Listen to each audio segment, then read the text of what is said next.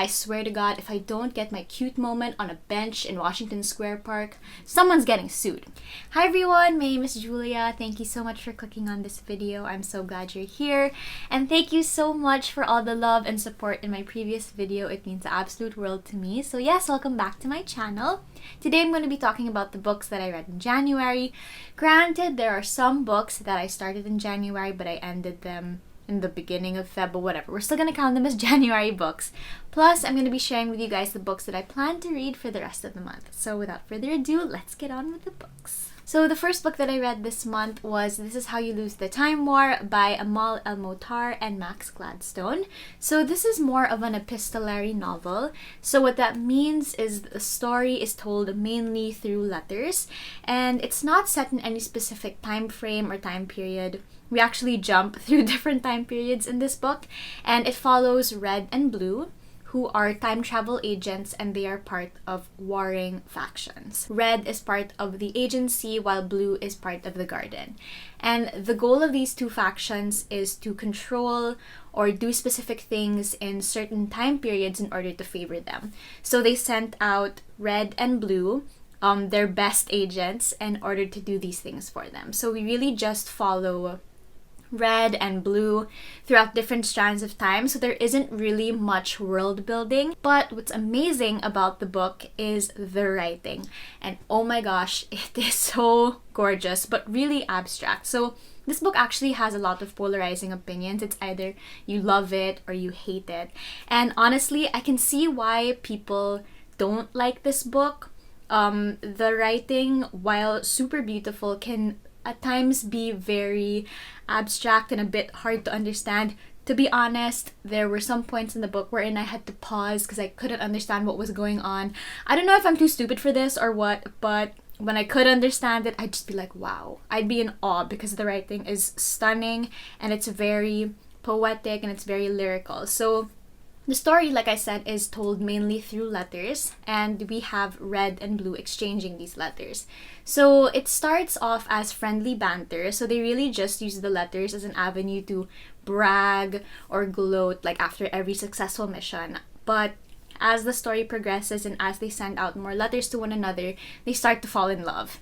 And they start sharing their fears, their hopes, their hunger, and yeah, they basically fall in love. And by falling in love, they're risking so much since they are part of warring factions. And the main goal really is for the other to die. So you follow these two characters fighting for their love, and it's told through beautiful writing, and I really enjoyed it.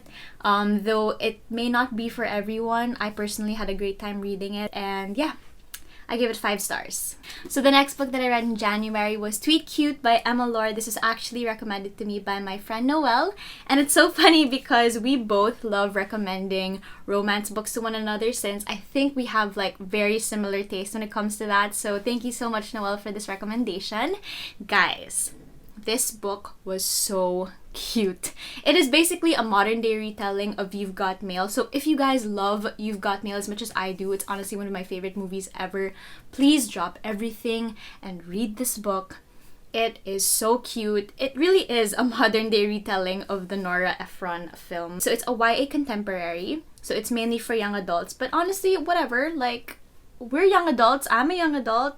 Everyone is a young adult at heart, so we all deserve some happiness and cuteness and fluff. So yes, Tweet Cute is set in New York City. We have these two main characters who talk to each other anonymously online, but in real life they don't get along. So you have that enemies to lovers trope that you guys know I am a slave for. So we have that, and there's also this added layer of the characters being a part of rival restaurants, and their grilled cheeses are like battling it out, and there's a Twitter war and just a lot of food. Also, yes, okay, so there's a lot of food in this book, so I do not recommend that you read this book on an empty stomach, or at least eat something before you read this, because oh my god, the mention of food, just so much.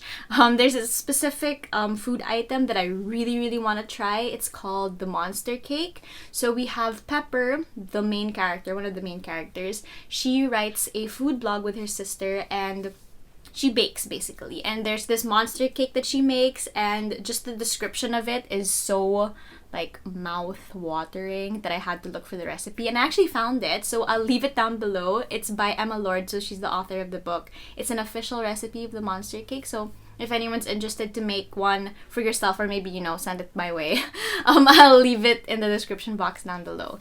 But yes, it was such a cute book. I enjoyed the banter. You know me, I'm a slave to the enemies to lovers trope, so the banter was great, the dialogue was super funny, the situations that they found themselves in, I was all for it. Aside from that, I really loved the discussion of family dynamics and the pressure that teens and even young adults feel when it comes to the future, and the pressure that they get from their parents when it comes to their career path or whatever it is that they want to do in the future. And I really like how that book tackled that topic. But yeah, it's great. It's set in New York City. I swear to God, if I don't get my cute moment on a bench in Washington Square Park, someone's getting sued. I'm sorry, I don't make the rules. I would just like just one romantic moment in New York City, please.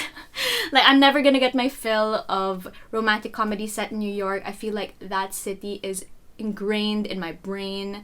Like, I have to have a romantic moment. Like, I just have to. So the next book that I read in January was The Shining by Stephen King. This is actually my first ever King novel, and I'm really proud of myself because I've always wanted to read one of his works. And this was the January book pick in the Late Night Book Club. It's a book club hosted by Noelle, Joel, and Elias here on BookTube. I'll leave their links down below if you guys want to check it out.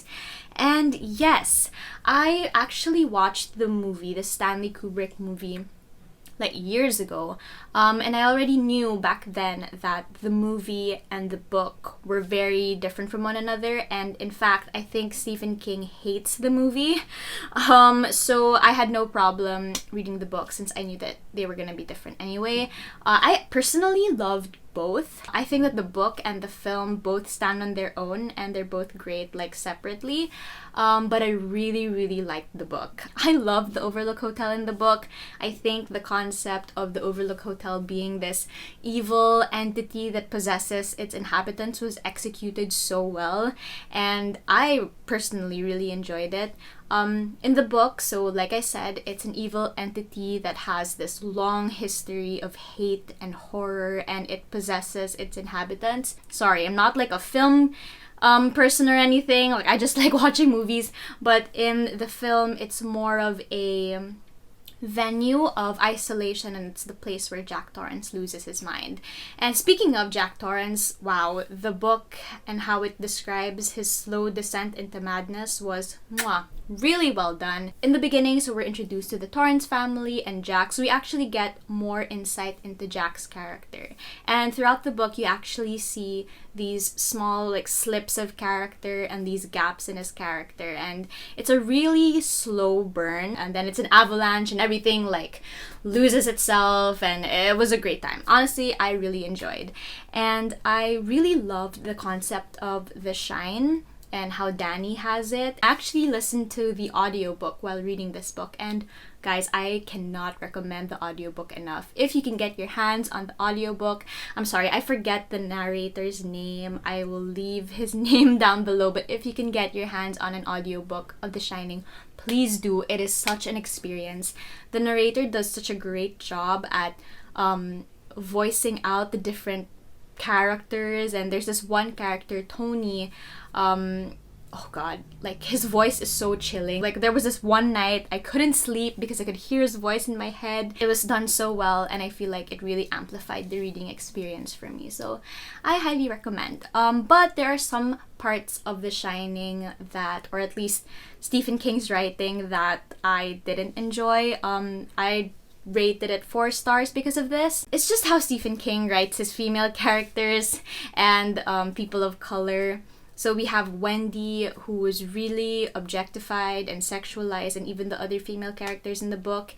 And we have Dick Halloran, who's literally the only person of color in this book, and he was written in such a degrading way. But I heard that Stephen King intentionally writes his female characters and people of color in degrading ways on purpose, so that it fully emphasizes how horrible the villain is, since the villain is talking about the people in that way. But I don't know if if that's Stephen King just saving his skin or if it's done on purpose, but nonetheless, I didn't really enjoy reading those parts, and that's why I only gave the book 4 stars. But all in all, I think he's really talented and I really want to read his other books. The next book on my list, or at least King-wise, is Misery.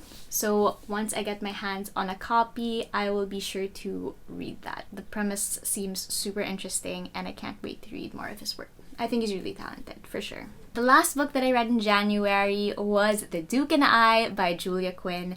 Yes, The Duke and I, which is the book that inspired the Bridgerton series on Netflix. If you haven't heard Bridgerton, you're probably not one of the 82 million households that streamed the show on its first month.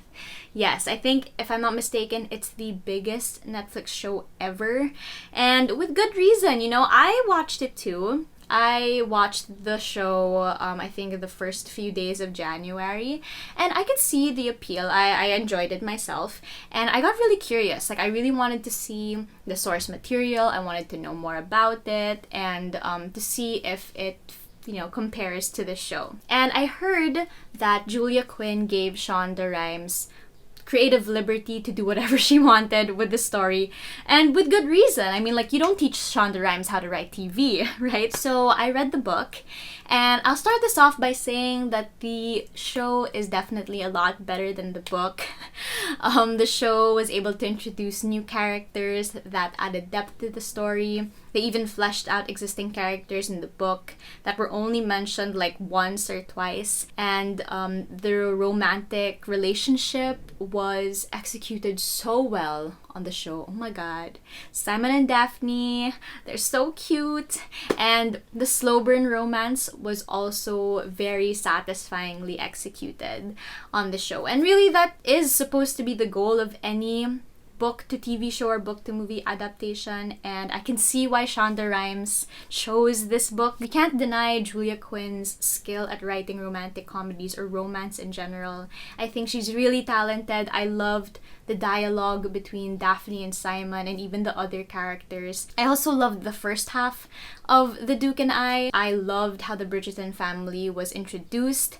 Personally, if there was a book just talking about the Bridgerton family and their dynamic, I would totally read it. They are so funny and they're so entertaining, and I enjoyed it personally. And I love the romance genre. As you guys already know, I love romance. I love everything to do with it.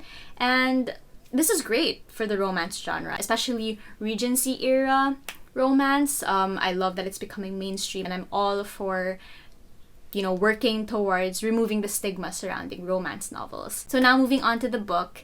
While, like I said, we can't ignore Julia Quinn's skill, the second half of the book I wasn't super into, specifically the moment that they get married. So sorry, I didn't talk about what this book is about, so I just assumed that everyone knew. So the book is set in the Regency era in London, so 19th century, and it follows Daphne Bridgerton, the 4th eldest of the Bridgerton family, and she's always been seen as a friend, never a romantic prospect. Meanwhile, we have Simon Basset, the Duke of Hastings, who recently returns from his travels around the world and is immediately swarmed by ambitious mamas and eager daughters in an attempt to capture his attention. But due to extreme daddy issues, Simon has sworn off marriage and has no intentions of starting his own family. So after a close encounter with Daphne, who turns out to be the sister of one of his college best friends, Daphne and Simon form a pact, more so a fake courtship agreement. So they have to be in fake courtship in order for Simon to ward off these women, and of course for Daphne to look desirable to her peers. And things happen in between, and they find themselves getting married even though Simon swore off marriage, and they find themselves in a problematic situation since Simon has no intentions of starting his own family. But there's a bit of deceit and a lot of gaslighting, which I'm gonna talk about in a bit.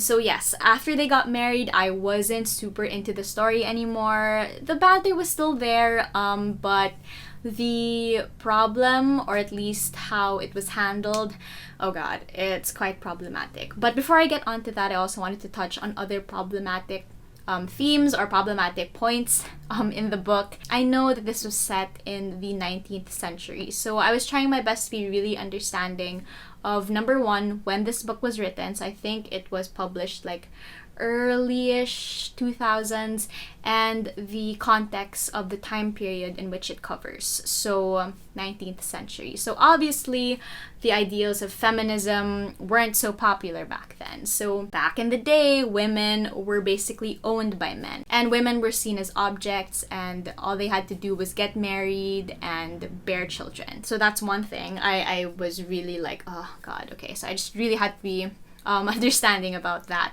But the other thing that I really couldn't ignore was that scene. So if you've seen the show, you know what I'm talking about. I don't wanna like talk about it in detail because it's just horrible. In the show, they actually changed the context and the setting, and thank God they did, because it's worse in the book. And it was such an uncomfortable reading experience. I had to speed read through it because I just couldn't stomach it. And I hated it so much. I hated the fact that it was written, that it was published, and just thinking about it makes me sick. I just hope that readers get that consent is super important, that men can be victims of assault, and that gaslighting and manipulating people to get what you want is never okay. I don't know, like Daphne just kind of like lost it for me. Like her character just went on a downward spiral, and I was like, what is going on?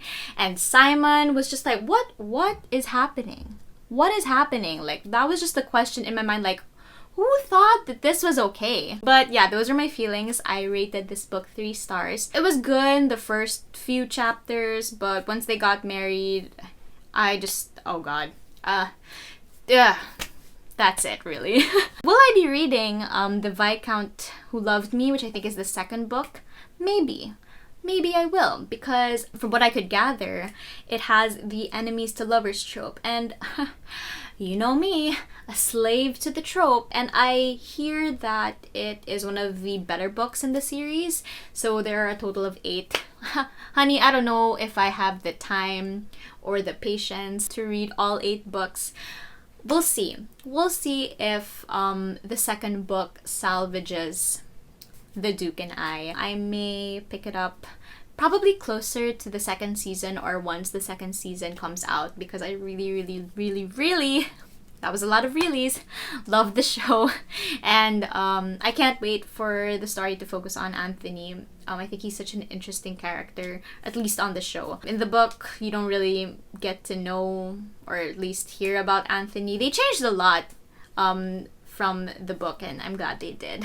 But yeah, those are my feelings on The Duke and I. But congratulations to Julia Quinn. I think it's amazing that her books got chosen to be adapted by the Shonda Rhimes. But yeah, I have a lot of feelings. So those were the books that I read in January. Now I'm going to be sharing with you guys the books that I plan to read for the rest of the month. So the first book that I want to read is Know My Name by Chanel Miller. Chanel Miller is the Stanford sexual assault case survivor. I think this was back in 2015. I've heard nothing but great things about this memoir. People that have read it think that it's one of the best memoirs they've ever read, and she talks about her experience and the aftermath and touches on the court case as well. The next book that I want to read is The Song of Achilles by Madeline Miller, and this follows Achilles and Patroclus, and it's set in the Trojan War, and it follows their friendship turned romantic relationship. Once again, I've heard nothing but great things about this book. I hear that it is a heartbreaking love story, and you know, it may be the month of love, but I'm always down to cry. I'm down to feel anything, really. The next book that I want to read is the Bromance Book Club by Lyssa K. Adams, and what drew me to this book was the fact that it's a book club with men. So basically, it's a secret book club, and it is comprised of Nashville's top men, or like alpha men, and we follow this main character whose marriage is failing, so he consults the book club, and their book club pick is a Regency era novel, which is so cool, and they consult the novel and try their best to help this man and his failing marriage. I don't know, I feel like this could be a great romantic comedy movie if it ever becomes one. And I already have my dream cast: Jason Sudeikis, Vince Vaughn, Owen Wilson. I feel like they'd be like a great cast. So the last book that I want to read this month is The X Talk by Rachel Lynn Solomon, my girl who wrote one of my favorite 2020 reads, Today, Tonight, Tomorrow. So I really can't wait for this one. I believe it has the enemies to lovers trope as well as the fake dating trope. So it follows these two radio DJs. They don't like each other, but their show is plummeting, it's tanking, it's not doing well. So in order to spice things up, they pretend to be exes. I love how she writes enemies to lovers. Her writing style is also really great. Like, I personally love it, so I can't wait to read this one. And those were the books that I read in January, as well as the books that I want to read for the rest of the month. Thank you guys so much for watching this video. I hope you enjoyed. If you did, please give it a like and subscribe down below if you haven't already. Also, if you have any book recommendations for me, or if you have any book videos that you want to see from me, please let me know in the comments down below. As always, please take care, stay safe, and I'll see you guys in my next video. Bye!